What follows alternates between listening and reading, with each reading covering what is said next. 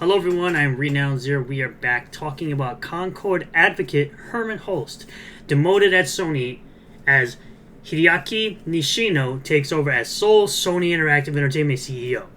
So yes, the guy who is an advocate for this absolute woke garbage game with the pronouns and all that good stuff and all the terrible looking character designs and horrible looking designs and uglifying women is being demoted at Sony as he's pushed for this $400 million failure, as well as being the guy in charge of all the multiple canceled projects, 10 mind you, of live service games that were canceled, including Last of Us Factions 2, the God of War MMO, as well as the Spider-Man MMO, and as well as the Horizon MMO. So apparently he was doing a bunch of these live service type games, and all of them have come to an absolute close, as well as the closure of Fireworks Studios with the absolute failure that closed down in 10 days, known as Concord.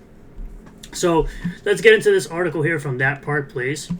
A dramatic restructuring at Sony Interactive Entertainment has seen the company abandon its short-lived dual CEO structure, removing Herman Holst from his co-CEO position and leaving Hideaki Nishino as the sole leader of PlayStation. Yet another CEO that is being let go as Phil Spencer over at Microsoft continues to shine in his position.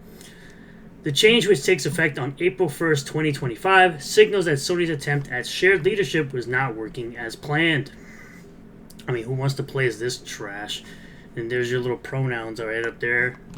Holst, who previously led Guerrilla Games and has been a strong advocate for Sony's ill-fated push into live service gaming, will now focus exclusively on PlayStation's first-party studios under the title of CEO Studio Business Group. Meanwhile, Nishino, formerly overseeing hardware, accessories, and PSN, the scam that is PlayStation Network, that is now going to be moving away from giving you free PS4 games, by the way, while increasing the price, whereas Game Pass is going to still be a heck of a value at $20 with games like Doom: The Dark Ages, will now control all major business decisions as the head of SIE.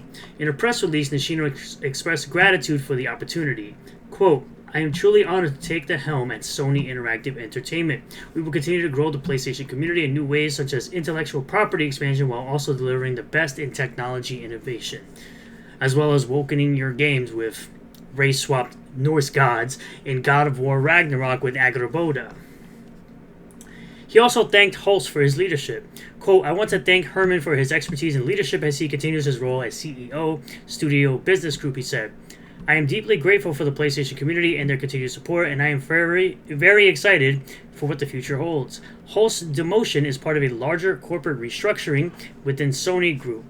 Hiroki Totoki, who had been serving as both Sony Group Corporation's President, Chief Operating Officer, that'd be COO, and CFO, will step up as the new CEO of Sony Group Corporation. He replaces Kenichiro Yoshida, who will remain the chairman. Additionally, Ling Tao, a financial executive at SIE, will become the new CFO of Sony Group Corporation, though her replacement at PlayStation is yet to be announced. The live service debacle and Holst's legacy.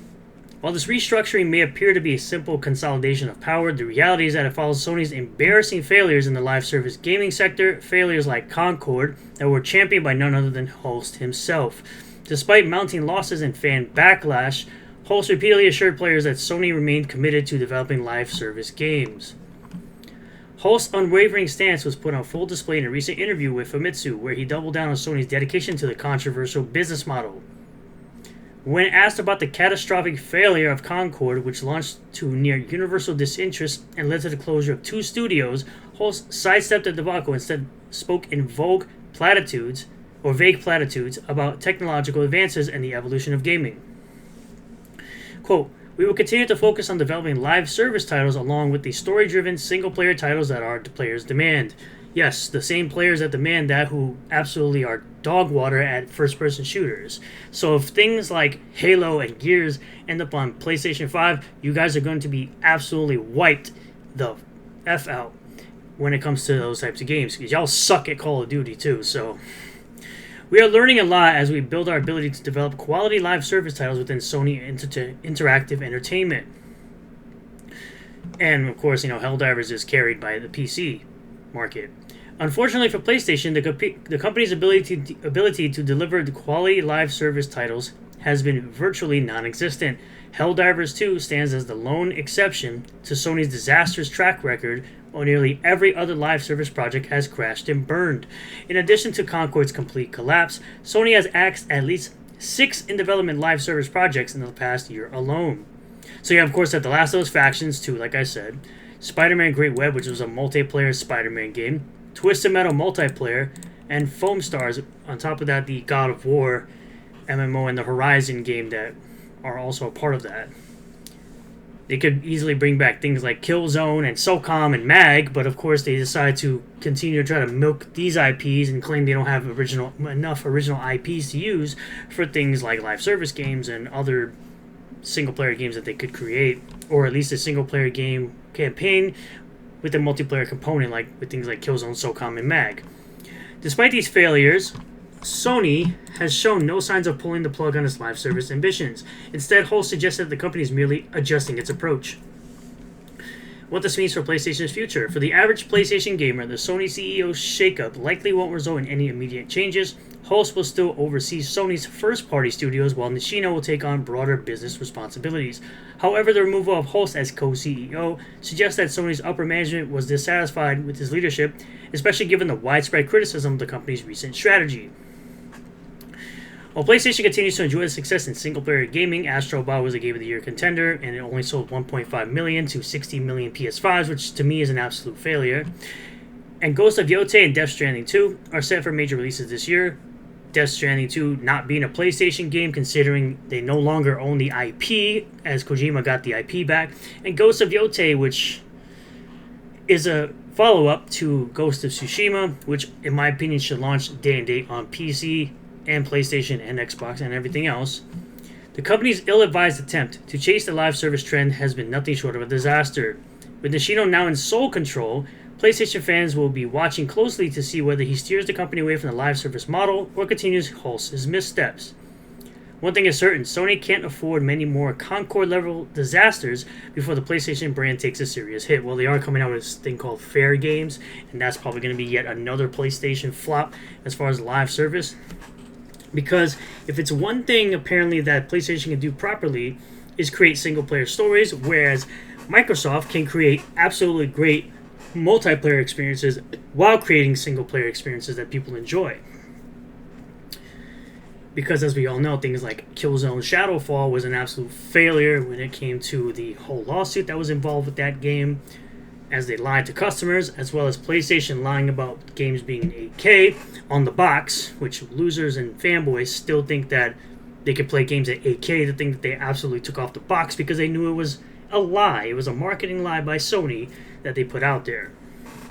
Now, it's also interesting how there's a bunch of Xbox games now going to PlayStation, particularly ones I don't really care about, like Forza Horizon 5 was just announced today to be going to PlayStation. But because I haven't played Forza in a very long time, really for me the main franchises for Xbox were Halo and Gears. Now, I know Fable's coming, Perfect Dark is coming, and I'm sure something like Perfect Dark will end up on PlayStation, but as usual, Xbox has the better value because you have Game Pass and you can just download the game by paying $20 a month rather than spending $70 for every single game, because eventually it'll add up to basically a console. So, yes, things could be going to PlayStation from Xbox, but y'all gotta pay $70 and we could sit here and have Game Pass. So, I can download a game, try it, and if I don't like it, well, I didn't buy it. So, at the end of the day, Sony once again takes another L in the gaming space. Yes, they could make a bunch of single-player games that barely sells to anybody, probably to about 10% of their audience, where they've sold 60 million PS5s, and then think, oh, well, it's all about the console sales, when literally they lose money on every single console they sell. It's the software and the accessories where they make their money. But if the Sony ponies and fanboys, or Sony ponies as I call them, don't buy the software, like Astro Bot I mentioned earlier, at 1.5 million as of the last sales that I checked on. If you have 60 million PS5s out there and you're selling 1.5 million Astrobot copies, you're not really making that much money now, are you? But this is an absolute failure on Sony's part. The fact that Phil Spencer is outliving every single CEO as far as people being CEO is absolutely hilarious. As much as people like to dunk on Phil Spencer, yes, he says a bunch of things that are flip-floppy. All corporations do that. But right now, Xbox is trying to make the most money by putting all their games everywhere. And as usual, the Sony ponies are in denial that they're a third-party publisher. So thank you all for checking out this video. I really do appreciate all the new subscribers, returning subscribers, new viewers, and returning viewers. If you do like this type of content, hit the like button, comment below if you feel about this, subscribe for more content, hit the bell for notifications, set the bell to all, that way you'll get a notification anytime I post a new video, go live on this channel, and I'll see you all in the next one. Peace.